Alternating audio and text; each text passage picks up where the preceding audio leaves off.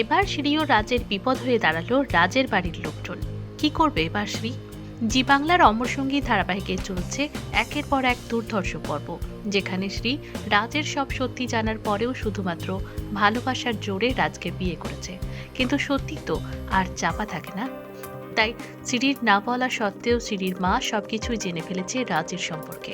তার জামাই যে বড় কোম্পানির ম্যানেজার নয়, সামান্য মেকানিক, সেটা শুনেই শ্রীর মা ভীষণ চটে গেছে রাজ ও তার পরিবারের উপর।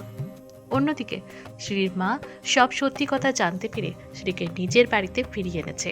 এমনকি শ্রীর মা শ্রীকে রাজকে ডিভোর্স দেবার কথাও বলেছে। ধারাবাহিকের নতুন প্রোমো এসেছে, যেখানে দেখানো যাচ্ছে যে এবার রাজ এসেছে শ্রীর বাড়িতে তার মায়ের মন জয় করতে।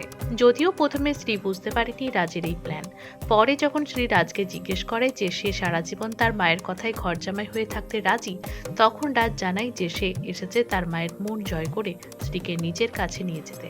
কিন্তু রাজের আর শ্রীর সম্পর্ক এত সহজে বোধহয় ঠিক হবার নয়, আর তাই তো রাজের এই প্ল্যানে জল ঢেলে দিতে উপস্থিত হয়েছে তারই মা। রাজের মা জামা কাপড় গুছিয়ে চলে এসেছে রাজের সাথে একসাথে থাকবে বলে শ্রীর বাড়িতে। রাজের বাড়ির লোকজনকে দেখে মহা বিপদে পড়েছে রাজ এবং শ্রী। এমনকি শ্রীর মা তার পরিবারের লোকজনও হঠাৎ করে অপ্রস্তুত হয়ে পড়ে সকলেই। তাহলে কি এবার সম্পর্ক ঠিক করতে গিয়ে আরো জটিল হয়ে যাবে সবকিছু? কি করে সামলাবে এই রাজ এবং শ্রী একসাথে?